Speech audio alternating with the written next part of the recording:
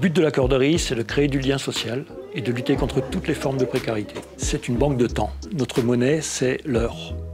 Et chacun de nous a 24 heures devant lui, chaque jour. Et c'est la seule monnaie qui, pour nous, est vraiment juste.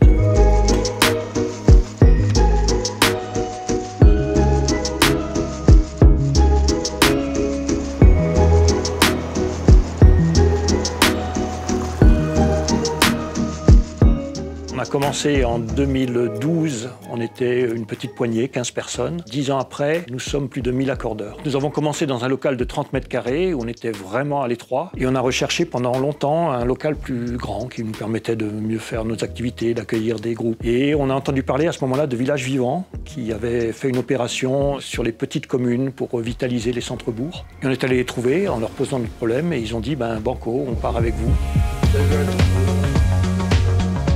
Quand ils sont venus nous voir, ils étaient sur un local trop petit et donc le blocage que représentait l'accès à l'immobilier justifiait notre intervention. Et je crois qu'on a trouvé dans l'accorderie une activité sociale sur le centre-ville qui vient participer à la mixité d'usage. Donc on participe aux aménités urbaines, on vient recréer du flux, de la solidarité, remettre aussi ces activités au devant de la scène pour participer à la dynamisation globale.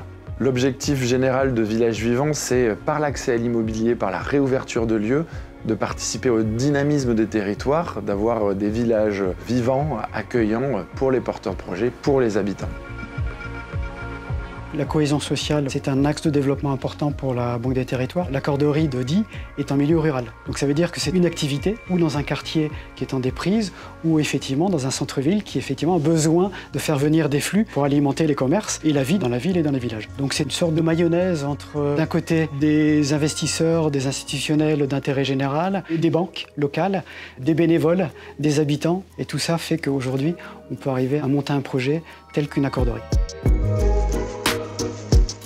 L'accorderie vit, elle répond à un besoin. Il y a beaucoup de gens qui sont à la limite des minima sociaux, donc qui ne pourraient pas se payer des tas de services que nous leur offrons à l'accorderie avec notre monnaie temps. On est dans un système vraiment d'échange et non pas de don. Je pense que c'est un système économique, mais qui fonctionne sans argent.